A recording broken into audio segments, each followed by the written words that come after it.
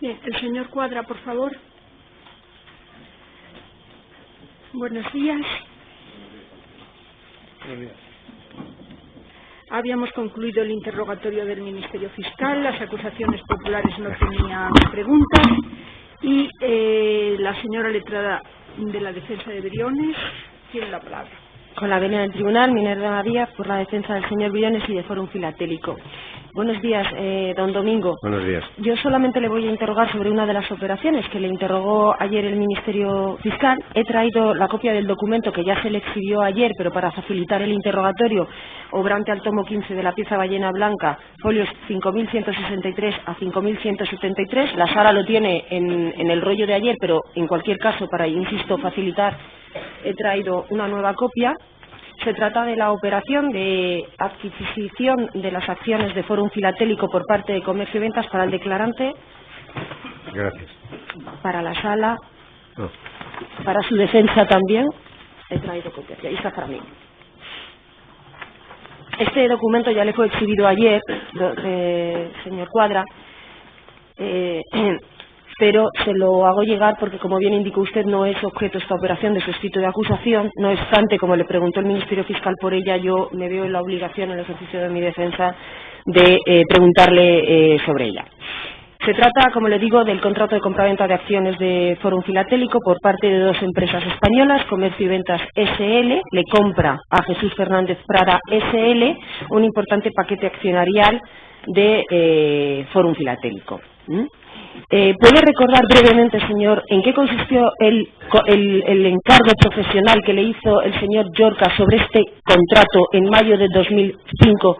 ¿Cuál era su encargo profesional sobre este contrato? No sobre la sociedad Jesús Fernández Prada S.L., que lo explicó ayer fenomenal, sino única y exclusivamente sobre ese contrato.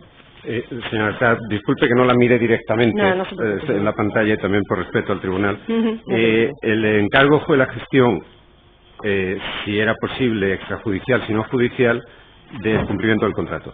Había unos pagos muy importantes ya realizados, pero creo recordar que había un retraso en quizás dos pagos, y bueno, judicial, si no había más remedio, si es posible, la gente se entiende por las buenas, extrajudicial, que se cumpliese el contrato y se continuase con los pagos.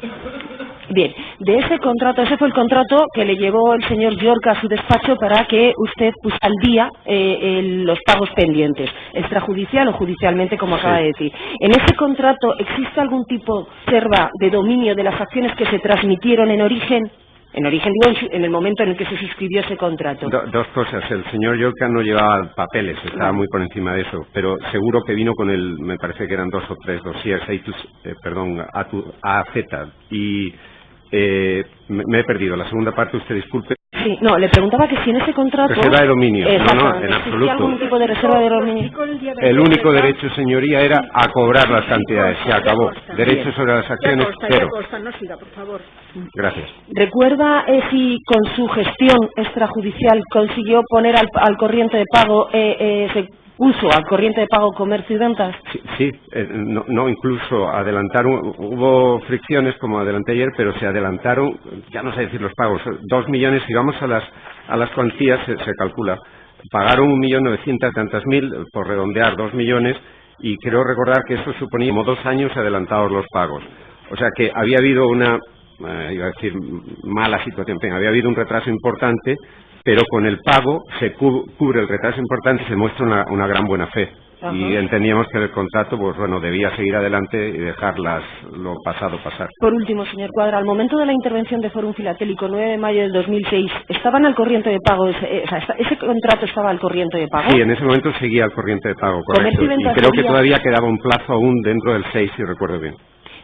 ¿Comercio y Ventas debía algo a Jesús Fernández Prada en el momento de la intervención? No, nada. No hay más preguntas, señorías. Gracias.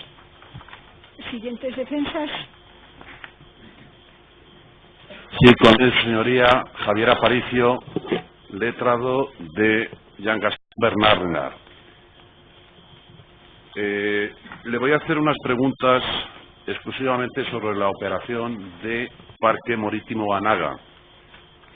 Cuando Grupo Unido compra en el año 2004 Parque Marítimo Anaga mediante la compra de las acciones de Coimpel, ¿comprobaron ustedes que era titular Parque Marítimo Anaga de una concesión administrativa para la explotación de un puerto deportivo en Tenerife?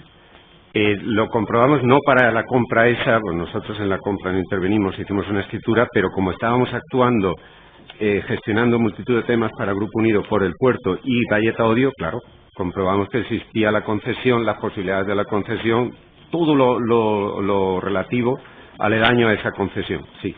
Sí, ¿sabían ustedes que estaba previsto en el proyecto de ejecución de ese puerto deportivo la construcción de 498 atraques para embarcaciones deportivas? Señor, le pido disculpas también como anterior letrado, le estoy mirando la pantalla por no andar. Yo recuerdo que eran casi 500 puestos, sí, puestos de atraque era lo más importante, se estaba en ese campo haciendo en las Islas Canarias en ese momento. Sí. ¿Sabía usted si las expectativas de beneficios que tenía Grupo Unido por la explotación de este puerto deportivo podían ascender a unos 70 millones de euros? Sabíamos las cifras eran muy importantes. No hemos realizado una valoración porque no nos atañe esa parte, o entiende mi letrado, no nos atañe esa parte, pero estamos hablando de cifras de ejecución de obras solo, por ejemplo, eran 60 millones. Que los beneficios fueran algo más alto de la ejecución de la obra es lo normal en un puerto deportivo. Se vendían los puertos, era, por decirlo así, croissants calientes por la mañana en toda la costa mediterránea y Canarias, y mientras Francia tenía una construcción de puertos aproximadamente 4.000 al año, en España se construían 0. Y era en las Islas Canarias, particularmente con el crecimiento económico de Marruecos, hubiera sido un boom si se hubiera llevado adelante, si no hubiera crisis económicas o si no hay una guerra nuclear. Pero las expectativas eran brutales. La cifra que usted me indica no se lo puedo decir porque no he llevado a cabo una valoración. Lo que sí hicimos un estudio de... Por curiosidad, el despacho de Grupo Unido tenía sus equipos mejores que los nuestros y lo habían visto ya, pero un estudio por curiosidad nuestra, aquello era fantástico, las expectativas. Sí, señor Cuadra, por lo tanto, ¿considera usted que el precio que pagó Grupo Unido por las acciones de Coimpel, aproximadamente 16 millones de euros, era un precio razonable o ajustado a mercado de acuerdo con estas expectativas? A nosotros, al preparar la escritura, que lo vimos naturalmente y nos mandó Grupo Unido todos los contratos privados, no nos pareció raro en absoluto. Aquello valía una fortuna. Una fortuna muy superior a 16 millones. Naturalmente digo, una vez terminado el puerto, las inversiones tienen multitud de riesgos hasta que se consolidan. Y una última pregunta, señor Cuadra. Ayer, a preguntas del Ministerio Fiscal, usted comunicó que había denunciado al SEPLAC, al Servicio Ejecutivo de Prevención de Blanqueo de Capitales, todas las operaciones inmobiliarias de Marbella, el Marvel Popel y el Marvel Square. Sin embargo, no denunció usted la operación de Parque Marítimo Anaga. ¿Puede usted explicarnos los razonamientos jurídicos de conformidad con la normativa de prevención de blanqueo de capitales que entonces estaba vigente en España, por lo que usted no denunció esta operación? Bueno, yo creo que ya se refirió eso en el día de ayer. ¿Puedo aclarar una cosa, señoría, para mi defensa? Vamos a ver, el otro día dijo usted que no había habido un movimiento efectivo de dinero en esa operación y que por eso no lo había estimado sospechosa de blanqueo. ¿Me confundo? No, tiene usted una memoria privilegiada. Lo que quiero aclarar es otra cosa. Entonces, si tiene algo en ese punto que aclarar en relación con la eso... pregunta del letrado, sí, es que no es una denuncia, es una comunicación, sí, lo que se realiza. La denuncia es a la policía y entonces sí habría que comunicar otras ciertas cosas. En este sentido, hacer una comunicación no a lo que usted, su señoría, ha dicho. Bien. Creo que la respuesta queda clara, señor letrado, ¿no? No hay más preguntas, señoría. Gracias. Usted. Sí. Merelo, en defensa de Jean-François Saint-Laurent. Es simplemente, ¿usted ha tenido algún tipo de contacto con el señor Saint-Laurent con referencia a todos los hechos que tiene declarados relacionados con ese juicio. Nunca, ni con este ni con otro asunto, jamás he tenido contactos con el señor, lo he visto aquí, aún no he tenido la ocasión de darle la mano, no nos hemos saludado personalmente, pero lo he visto aquí en la sala. ¿Alguna de las demás defensas? Sí, señoría, con su venia, en defensa de Juan Ramón González. Buenos días, señor Cuadra. Buenos días. Yo solo le quiero hacer dos preguntas, ¿no? Usted ayer ya manifestó que conocía al señor González, ¿no?, el asesor jurídico del Foro Filatélico, y las relaciones que había mantenido con él. Mi pregunta es muy sencilla. En todas estas operaciones sobre las que ayer se le preguntó, estas operaciones inmobiliarias, ¿cuál era el papel del señor González, de Juan Ramón González? Sí, perdone, lo mismo digo que anteriormente, lo mire a través de la pantalla Sí.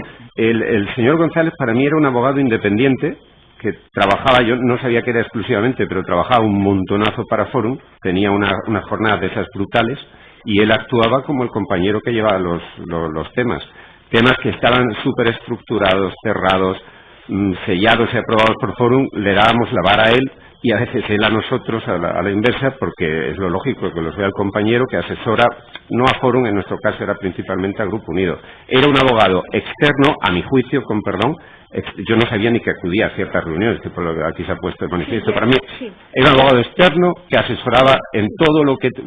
Mire, señoría, era hasta a veces unas idioteces de un calibre que las veía el abogado. Como todas las grandes corporaciones, son muy puntillosos en ese sentido. Y este era el abogado que veía todo, señoría. Sí, a lo que voy, porque la acusación que se le formula al señor González es muy concreta, ¿no?, de controlar y de un cierto dominio de hechos sobre estas operaciones. ¿Usted cree que era así? Es decir, el señor González, usted con él tiene una relación... No vamos a entrar en este momento en discutir con un acusado términos jurídicos del escrito de acusación. Muy bien, señoría. Haga la pregunta otra más vez. concreta la pregunta. ¿El señor González tomaba decisiones sobre este tipo de operaciones? Es que es al ¿Qué contrario. comprar, qué bien vender, a qué precio, con quién, dónde, cómo, cuándo? Es al contrario. Grupo Unido tenía unos departamentos para cada sector súper estructurados, con unos profesionales perdón la expresión, de narices. Se ven los estudios que hacen, están en las actuaciones, puntillosos, y yo creo, a mi juicio, el señor González en eso no tenía ni voz ni voto. Lo que sí tenía voto es si la escritura no le gustaba, el contrato no estaba, o mira, la demanda esta me quitas la coma, me la arreglas. No. Como siempre con el asesor jurídico de una gran empresa. Muy Nosotros llevábamos a lo mejor el pleito, pero si no le gustaba un párrafo, pues había que pelearlo y explicarle por qué, o mi compañero explicarle por qué, y lo quitaba. Estructuración de la inversión, qué se hace y cómo, en absoluto. Eso tenía unos departamentos, como he dicho, impresionantes dentro de cada sector de la empresa. Muy bien. Y la última pregunta. ¿El señor González ha estado en alguna reunión en Marbella de estas sobre las que usted habló? Yo creo que él nunca está en ¿Sobre este tipo nuestro de despacho. operaciones? No, nunca. Porque Se le por invitó nada, muchas veces, pero era la invitación que se hace un compañero. Hombre, si vienes por aquí, es que no bajo nunca, te invitamos a comer. Los temas, ya en aquella época, en el 4, 5 y 6, se trataba todo por email, fax, teléfono. Por desgracia, casi ya no nos vemos a través de las pantallas de los teléfonos, y ya empezó así. Nunca llegó a venir al despacho. Yo a él lo vi, como él declaró, una vez en Londres, que tuvieron la condescendencia de venir a verme. No se quedó a cenar, yo creo que él se equivoca ahí. Comió y como un tiro se volvió a Madrid. Habíamos preparado una cena, mi mujer iba a atenderla, la suya también, no pudo ser. Siempre tenía jornadas, como digo, de 14, 15 horas, una barbaridad. Muy bien, ninguna pregunta más, gracias. ¿Alguna otra defensa? ¿Su defensa? Con la venia de la sala. Buenos días a todos. Buenos días. Voy a dividir el interrogatorio en cuatro bloques, siguiendo el escrito de acusación. El primer bloque va a ser sobre las fincas incluidas en el convenio urbanístico. El segundo bloque va a ser sobre la llamada Marvel Quark y Marvel Pulpe. Y el tercer bloque va a ser sobre el Parque Marítimo en Agua. Un último bloque sobre los actos de colaboración que ha hecho Domingo con la Administración de Justicia. Y no voy a preguntar sobre la operación Cejas de Mar, porque creo que quedó suficientemente explicada ayer. Y respecto a... he preparado ese día para hacer más ágil el interrogatorio, pero voy a seguir Domingo. Lo he dividido en bloques, para que no tenga que venir la gente a recoger cada documento. Yo tengo un primer bloque de documentos que están numerados y detallados con las rutas. Una para el tribunal. Y habrá documentos que a lo mejor no pregunte, pero sí los tengo ordenados. Este es para el tribunal. Este es para Domingo. Y para...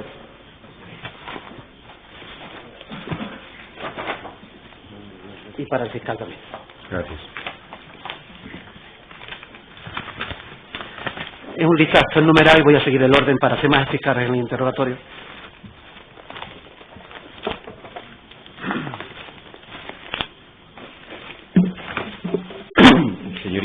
¿Puedo acercarme a mi mochila? Es que me he dejado los pañuelos ahí.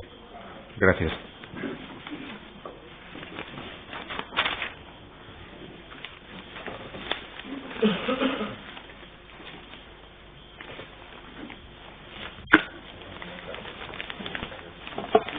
Muchas gracias.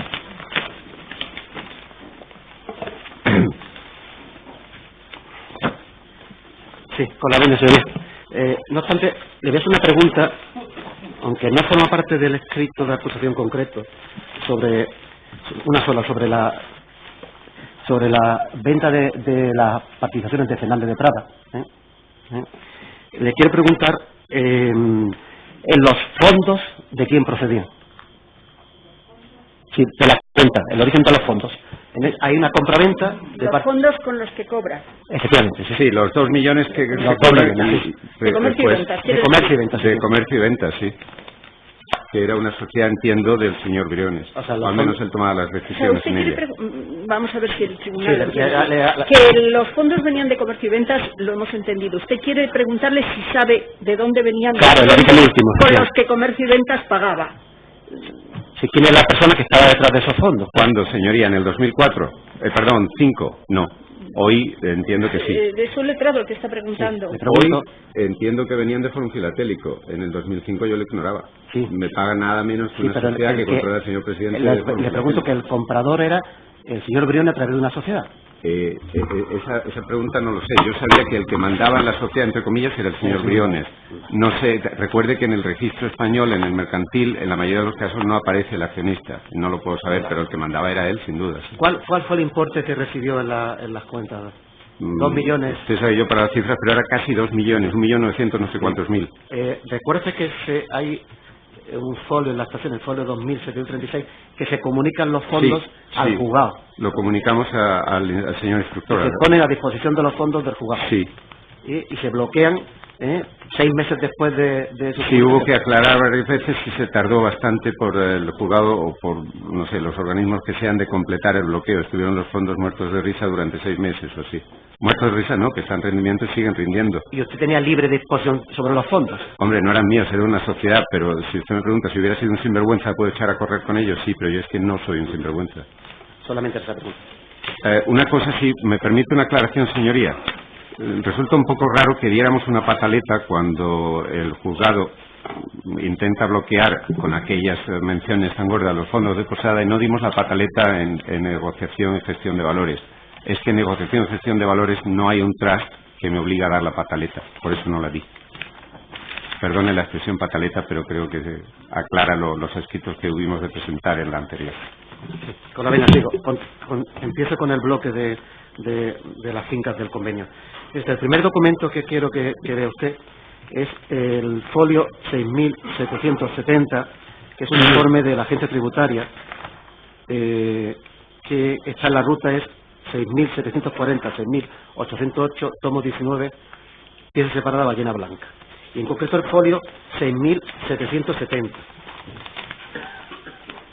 Mire usted, aquí dice que la sociedad Posada Sur 935 SL era inicialmente del cliente Ott Reinta. Sí. Ese era el cliente 935 cuando pone... Sí, sí. Es decir, en el año 2001, ¿cuántos clientes había en el despacho? Nosotros cerramos el año 31 de diciembre, pero yo, como usted ve aquí, a principios de año ya había 935. Esto es un truco. El señor Reitan quería que la sociedad se llamara Posada Sur, una novela que había leído, una historia, y nos permitió poner su número de cliente, que luego a efectos internos facilitaba mucho las cosas. Como dije ayer, había unas 69 sociedades. Él, pobre hombre, su asunto era el 935.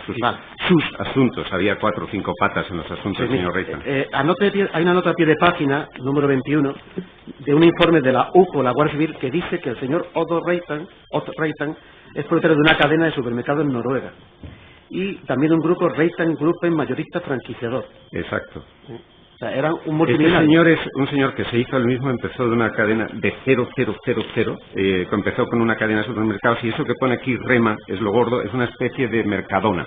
Y llega a Polonia, Bálticos, Noruega, algo en Dinamarca y por supuesto Suecia. Como dije ayer, yo creo que es la fortuna privada, los Wallenbergs y toda esta gente son heredados. Este tío se ha hecho él solo, la más grande de Escandinavia. este señor, a través de Russell y a través de Posada, era el propietario de la finca de Nahuel de los 10.000 metros, a 6.000, no sé cuántos. ¿Qué quería construir este señor allí? Una mansión. Con todo los respeto lo digo yo, señora, el que hay que quitarse el sombrero, como Rico Nuevo se quería hacer una gran mansión en una zona, como dije ayer, zona secreto, José María Musategui tiene una casa al lado. Y quería hacer una gran mansión pues de casi 2.000 metros cuadrados. La propietaria era a través de una sociedad de Posada SL. Que se lo asesoran me parece que era Ernst & Young o Pricewaterhouse. Y la administradora era su despacho. En la de Española sí, y en Gibraltar Paul Núñez, que en paz descanse. ¿Por qué se utiliza la estructura de una sociedad española para un bien inmueble? En su caso hay varias cosas. Esto es un señor que tiene protección policial, por ejemplo, cuando viaja a ciertos países, ¿no? El tema fiscal en España, entonces, en España era muy interesante y desde el punto de vista noruego, no me acuerdo si era Pricewaterhouse o Ernst & Young, dijo que era lo mejor para su patrimonio. Este dinero era suyo, además, no era del grupazo empresarial. Le pregunto, la ficha urbanística de esta parcela del año 2001 era de un 0,5% de edificabilidad. No, de un 15, ¿no? 0,15, ¿no? 0,15. Sí, o sea, fíjese, salen 0,15, si cuentas que sótano no cuenta, la terraza cuenta la mitad, te sale una mansión de con esas encima de condiciones 2.000. urbanísticas hace falta ponerse de acuerdo con el resto de los Por desgracia, sí. Vale. Y este hombre desistió de iniciar ese proyecto. Tras 3 años de idas y venidas con el ayuntamiento, trabajamos muy cerca con la familia Frank Martínez, con su arquitecto Nicolás Aguado. Utilizamos las dos partes.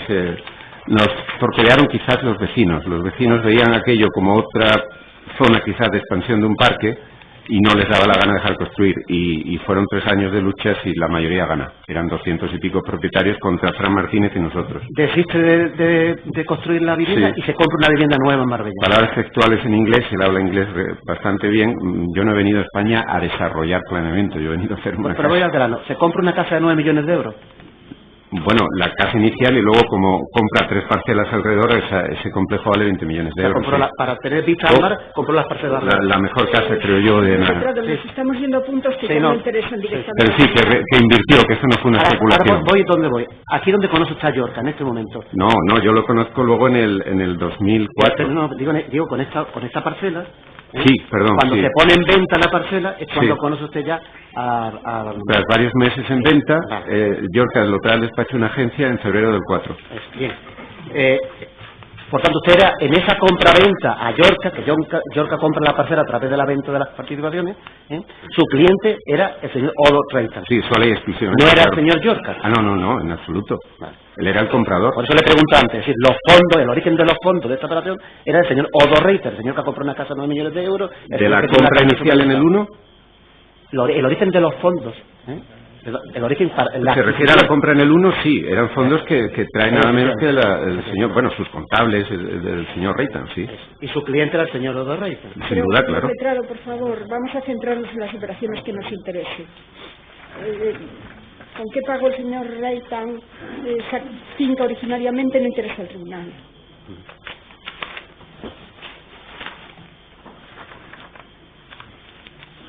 Bien. En ese momento que conoce al señor Yorca, se le puede escribir el documento número 2, que es una revista de Salud Marbella, SL, que están en el tomo 17, rollo de sala, folio 5.379 a 5.442. ¿Me ahorro decir la ruta como está escrito y voy más rápido? Sí. Mejor, ¿no? Lo digo por el resto de los compañeros. ¿No? ¿Lo tiene fiscal también? Voy más rápido. Sí. Claro. Para que el resto de los compañeros vean una revista de Salud Marbella. Sí. ¿No tiene la revista usted? No. Pero no es eso, ¿no? Le entendí que tenía un ejemplar. No, porque la hice en color al final y... Espere, que en este momento no está la agente judicial. Siga con las preguntas y la pasamos en cuanto sea posible. ¿No la tiene usted, señor fiscal? Por favor. Sí, la pregunta es muy sencilla. Vamos a ver. Mire usted, en la parte de atrás de la revista, ¿quién aparece como editor y propietario de la revista? Esta no es la parte de atrás, es la tercera página, es lo que se llama la mancheta, y aparece señor Yorca con nombres y apellidos. Lo que aparece. Se refirió a esta revista en el día de ayer. Sí, a lo que comentaba ayer. Que aparecía sus nombres. Sí, ya aparece el señor Yorca. Sí, ya lo hemos lo que dije de las 100.000 veces en un mes de agosto, sí, señoría.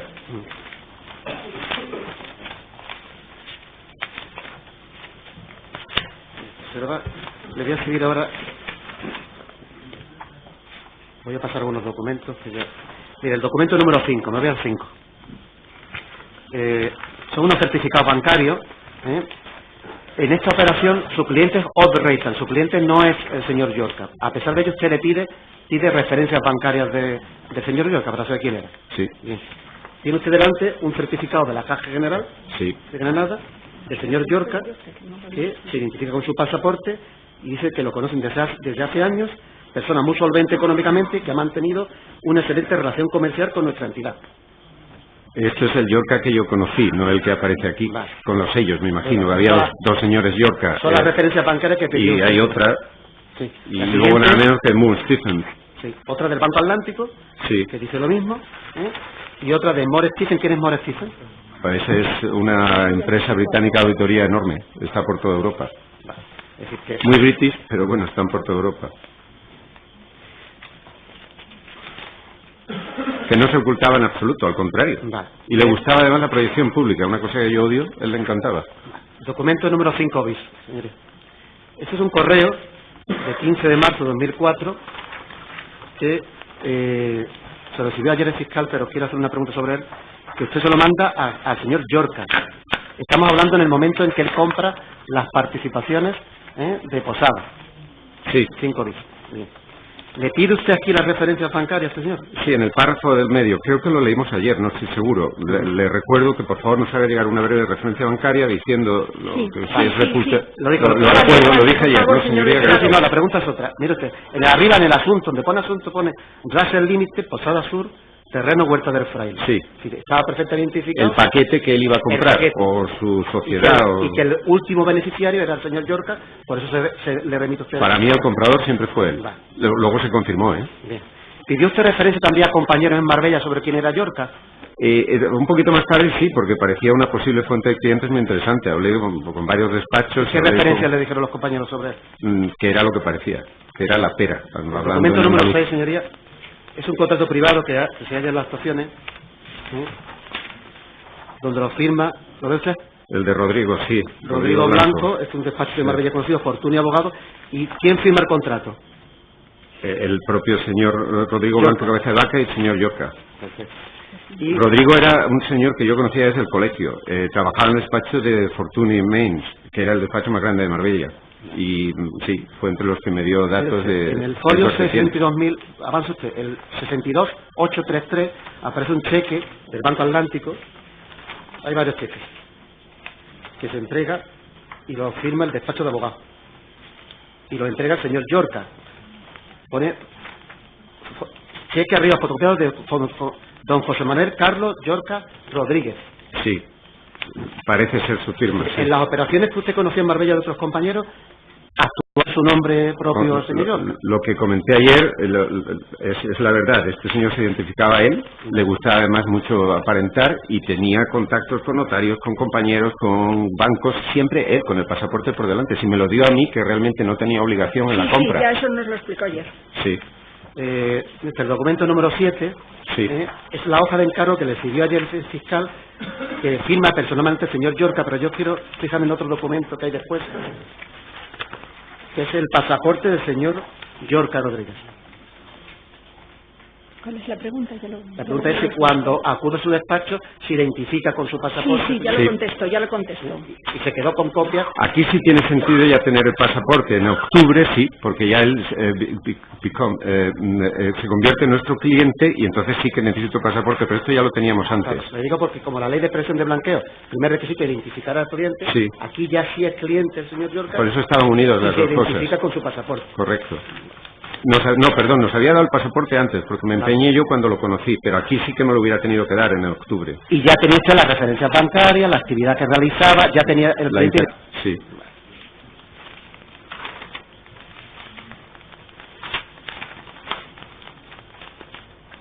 Mire usted, el otro documento, el 7 bis. Esto es del testimonio del informe de la agencia tributaria que investiga las operaciones. En el folio 6.757 de la agenda suya, saca la agencia tributaria, la tabla de teléfonos de Cuadra asociado, ¿lo ves? Señorías, esto es lo que traté de decir ayer, que no era un señor que te da un nombre de una dirección, es que me dio, bueno, pues fíjense ustedes, el móvil inglés, el móvil español, como debe ser a un compañero que te va a mandar cosas y luego, pero que no se ocultó. Él me podía haber dado los datos, aquí está todo, fíjense, ¿eh? Móvil español, móvil inglés, el móvil privado, el móvil no privado, la secretaria, el no secretaria, el asistente, anda que no tenía teléfono. Y está absolutamente todo. Y esto lo sacó, me imagino que será la Audico o alguna de la tabla informática nuestra, del ordenador. Continúo. El documento número 8, señoría, que es el encargo profesional, el contrato de gestión de compra de fecha 11 de noviembre de 2004, que hace Grupo Unido al despacho Cuadra Asociados. Ese es el encargo. El documento, el contrato, quiero que se fije usted en el dispositivo tercero, ¿lo ves? En el folio 174. Con el dispositivo tercero. Aquí se habla de los honorarios que iba a recibir usted por su intervención en esta compraventa. Sí. Y dice los honorarios para cubrir la firma de la escritura de compraventa. ¿Lo ves? No, estoy en la tercera. Está en el dispositivo tercero, no la cláusula. Folio 164. 164. ¿Es estipulación? No, es exposición. Sí, es estipulación, gracias, señor. Estipulación tercera, sí, pero la estipulación tercera. Ahí se dice el objeto del contrato y la forma de pago. Sí. Se le contrata como despacho de abogado. Claro. Y para la firma de la escritura de compraventa. Y los honorarios son conforme a la escritura de compraventa. Los honorarios pactados. Aquí los honorarios, si yo recuerdo bien, fueron por horas. Sí, bueno, por horas, pero el trabajo encargado era para formalizar la escritura pública. La compra, sí. La compra, Grupo Unido sabía que lo pasó por horas. Lo controlábamos nosotros, sí. En la siguiente, en la quinta, en la explicación quinta, viene la forma de pago y el precio. Sí. 11.950.000. Se indica primero 5.500.000 euros por transferencia bancaria, sí, y 6 pagarés de 750.000 euros. Es decir, cuando usted recibe el encargo para formalizar la escritura, el precio y las condiciones de pago ya estaban fijadas. Absolutamente cuadradas, sí. Usted no interviene en la fijación del precio. En absoluto. Usted esto lo hacen los departamentos internos del grupo, que eran muy grandes y muy perfectos. Usted confiaba que los departamentos habían hecho un análisis sobre el valor de mercado de la finca, sobre el valor real de la finca. Como cualquier gran empresa, eran muy puntillosos. Aquí hay un puntito, señor letrado, y es que yo no me acordaba de esto, pero nosotros, como le habíamos dicho que teníamos la representación del vendedor, se dice en la dispositivo, creo que es tercero, incluso incurriendo en la figura de autocontratación y conflicto de intereses. Era estándar en los poderes, por ejemplo. Eso le quería preguntar. Me he colado. Sí, sí.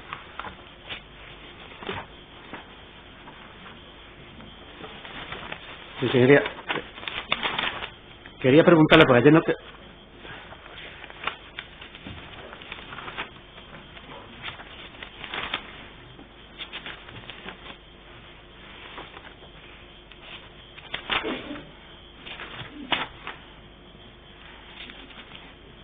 Sí. Quería preguntarle, señoría, aquí en el dispositivo tercero se habla de la autocontratación. Es decir, usted intervenía en nombre de Grupo Unido, pero era el administrador de Posada, firmaba porque era el administrador, ¿no? Por eso se pone aquí la figura de la autocontratación del conflicto de interés. Sí, esto es un exceso, pero se cubriría incluso que yo hubiera firmado por las dos partes. Y una pregunta muy clara. ¿Su cliente en esta operación, el que le pagó, quién fue? ¿Grupo Unido? Aquí ya era Grupo Unido. No Posada. No, yo actué aquí por Grupo Unido. Posada tenía poquito que hacer. Pues respecto a cumplir con los requisitos de la ley de presión de blanqueo, para identificar al cliente, Unido. Su cliente era Grupo Unido, ¿hizo alguna operación para alguna indagación sobre quién era su cliente? Sí, claro, miramos, sabíamos quién era Grupo Unido, aquí ya metimos el dedo en firme y fue cuando pedimos las referencias de dónde vienen los fondos vuestros. En vuestro balance no tenéis 30 o 29 millones, pero esta es parte de una operación doble. Y fue cuando nos indicaron, como somos filial, que ya lo sabíamos, de Forum, es una inyección de la matriz, nada menos que de Forum. Pues ya te quitas el gorro y te quedas muy contento. Desde el punto de vista de su obligación como de prevención de blanqueo, ¿no vio nada sospechoso en esta No, al operación? contrario, tener a Forum detrás del sistema era como tener otra gran empresa española. Qué suerte teníamos. Mire, el documento número 9, señoría, son un certificado bancario del BBVA que consta de las estaciones en la ruta que indico. Esta es la forma que llegó a su despacho. ¿9? El documento número 9. Gracias. Certificado 24 de noviembre del 2005 del BBVA, de Plaza África 1 de Marbella. Aquí se certifica de dónde vienen los fondos que recibe usted para la compra de, estamos hablando de la parcela de los 10.000 metros cuadrados, la finca 6.378. Sí. Ve usted como el primer importe es 5.500.000 euros, que es lo que viene en el contrato, en los por transferencia bancaria, ¿cierto? Sí, todo vino o pagarés, que utilizan estos señores mucho, o transferencias bancarias. Le digo para ir más rápido que usted. 5,5 millones y hay 3 pagarés aquí de 750.000 euros. ¿Lo ve usted? Sí, como dice el contrato. Vale. El BBVA no rechazó el dinero, ¿no? Ay, por Dios, si venía de Grupo Unido. ¿Le consta si hubo alguna comunicación a ese lado? A mí en absoluto. Nada. El documento número 10 es un certificado de Cajamar, donde aquí aparecen los otros 3 pagares de 750.000 euros. La misma pregunta, ¿Cajamar puso algún tipo de reparo al...? Ambos conocían a la entidad, a Grupo Unido. Y los cheques están firmados, los ve usted por Grupo Unido. Los pagaré. La firma de la izquierda es la del señor Amado. La derecha no la conozco bien, se ha hablado aquí que es la de don Luis Carmelo, pero la de izquierda sí es del señor Amado. Esta es la forma que llegaron los fondos a su despacho, como provisión de fondos. Sí, este cuadro, me enseñó usted el primero, es el escrito que presentamos a su señoría, al juez Torres, cuando lo bloqueó en el informe aquel de 300 o 400 páginas. Vale. El documento número... ¿Voy muy rápido? ¿Voy bien, señoría? A mí me lleva como una liebre. Documento número 11, escritura de compraventa de la finca registral 6.378, de fecha 29 de septiembre del 2005, ante el notario de Madrid, don Alfonso González Dels. Y la ruta la indico en el informe. Bien, esta escritura se firma aquí en Madrid. Usted habitualmente firma en notarios de Marbella. Sí. ¿Por qué se firma en Madrid? Porque así lo quería Grupo Unido. Que era el notario de confianza de... Sí, es lo que utilizaban ellos habitualmente, y como se sabe, que paga manda. ¿Le consta si el notario puso algún tipo de objeción, algún tipo de comunicación sobre esta operación? Es que hay que hacer un esfuerzo mental. Estamos hablando del Grupo Unido, filial de Foro Filatélico. Es al contrario, me imagino el notario habría firmado 300.000 escrituras y esto nos da toda seguridad. El señor Amado, además, creo que era administrador, no apoderado, administrador de Grupo Unido, y firmó montones de documentos cuando nosotros trabajamos para el Grupo Unido, por Grupo Unido. Usted ya sabe el cliente, el segundo requisito que pide la ley de presunción de la que si la operación es anormal o inusual. ¿Esta operación de compraventa la vio usted en aquel momento anormal o inusual? En absoluto, era completar el sector, como decíamos ayer. Y ese terreno y el último valían una fortuna. Están identificadas las partes. Sí. Fíjese que quedaba una parte del precio, se han recibido 10 millones de euros.